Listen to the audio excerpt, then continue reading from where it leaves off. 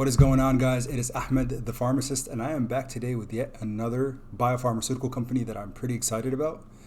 Thank you so much for all the new subscribers and all the love support that you have given me in my previous video.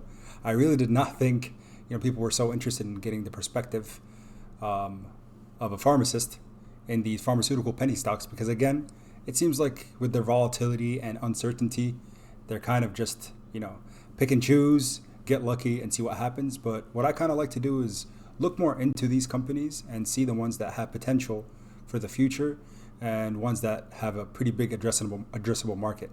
So today what I'm going to talk about is 9meters Biopharma, and they have been surging today. Not too crazy like JagX Jaguar Health that I mentioned in my previous video. But again, we did see some pretty steady movement throughout the day in the market.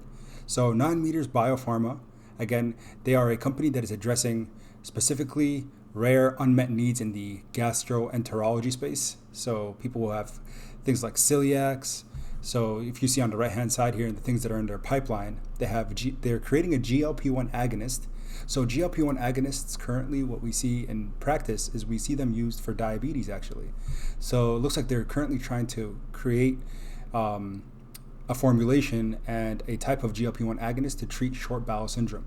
Again, pretty rare, something that we see in about less than maybe 1% of the population. So again, that's what gives it the title a rare disease.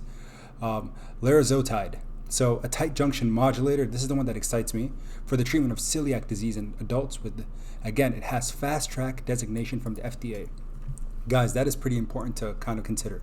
So when we think about things that are going to be fast tracked by the FDA, that means that there's very strong, compelling evidence that this can have a lot of potential benefits with very low risks for patients to potentially start using them.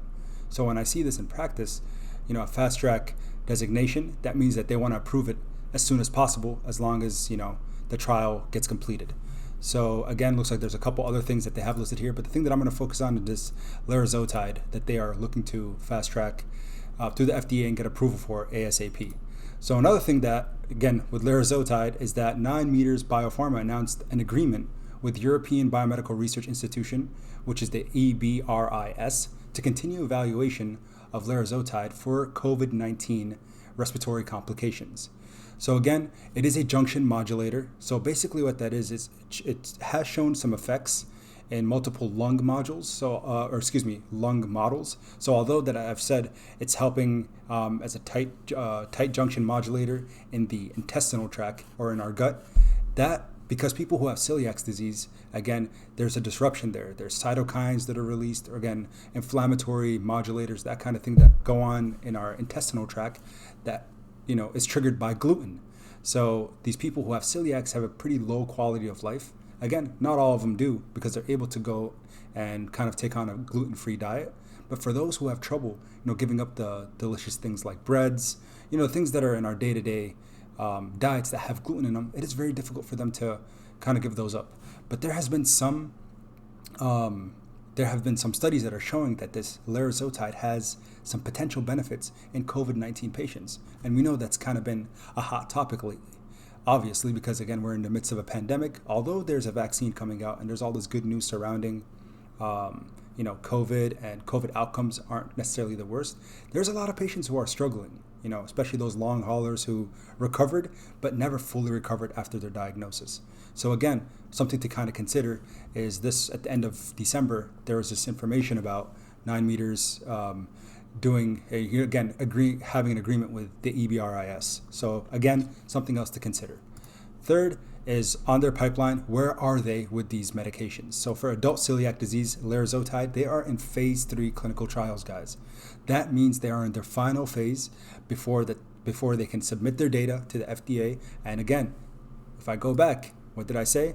This here is on their fast track designation. So that means the FDA is already eyeing it. They're looking for it to become, something that is approved and get an indication, a label on it, so therefore patients can start taking it who are suffering from celiacs and things alike. So again, phase 3, keep that in mind, please, because again, that is going to be one of the big catalysts for the year that's going to start making this stock slowly but surely probably rise positively and make pretty decent gains. So again, of course, I kind of talked about it a little bit, but celiac disease, it's not seen too much in our population. There are people who do have it. And again, I have patients that I see that have celiac disease, and they do suffer. So again, it's a serious autoimmune disease that occurs in a genetically predisposed people. So again, there's a genetic factor to it. And again, it's this issue where they're unable to ingest gluten. And because of that ingestion, it causes damage to their small intestine specifically. And it is estimated to affect 1 in 100 people. So again, if you're looking at 1 in 100, that's 1% of individuals.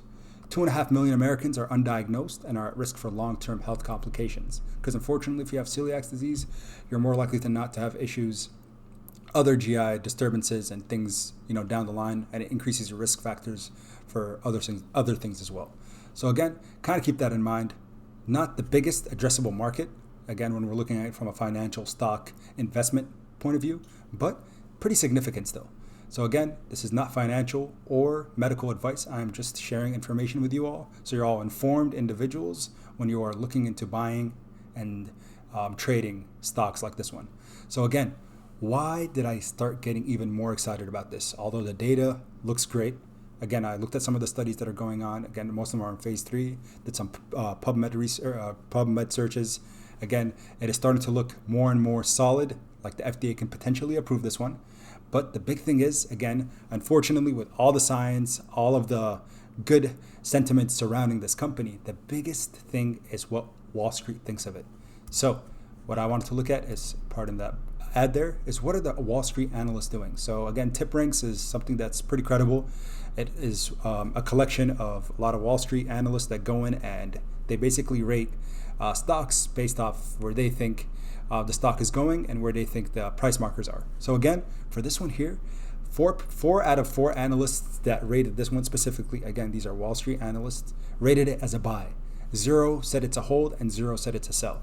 So at a very high in the next, again, this is a 12-month forecast, they think that this can reach about $5 at a high, $4.33 if you average the 4 analyst ratings, and then lastly on the low, very low end at $3. So guys, it is currently at $1.07. Let's go ahead and look at it. In the aftermarket, it did go up about 23.36%. So again, with that, we did see a rise significantly. And throughout the day, again, this is pretty respectable gains, about 50% as a whole, from about, looks like it was sitting at around 86 cents a share to now $1.32. Now, some might say, oh, it's already surged. It's kind of reached its peak. What's going to happen? But if we look at what these Wall Street analysts are saying, what the data is showing, the fact that they're in phase 3, the fact that they are in an agreement to potentially be using this medication for COVID patients and maybe get, clearance to, kind of expedite that process because it looks like the side effect profile is very minimal. While again, when we think of any medication as a whole, after a doctor diagnoses them and then at our pharmacy, when we dispense these medications to our patients, what always happens is we go through a risk versus benefit analysis. Always. Again, that's what a doctor does with their patient. And if the risk outweigh the benefits, then they don't go with it. But of course, vice versa. If the benefits outweigh the risk and the patient decides that this is right for me, they will go ahead and prescribe it. So again, for people who have celiacs, if there's a potential treatment for this condition, which currently there really isn't other than restricting the diet, there are some medications that can potentially help the symptoms, but not necessarily actually the root cause, which is again this intestinal issue that Larazotide is potentially going to be treating and possibly curing, but again, just treating at the very minimum. So guys, please keep 9 Meters Biopharma on your radar. Ticker symbol NMTR is the stock. So please go in, do your own research, look into it, use my video just as a resource.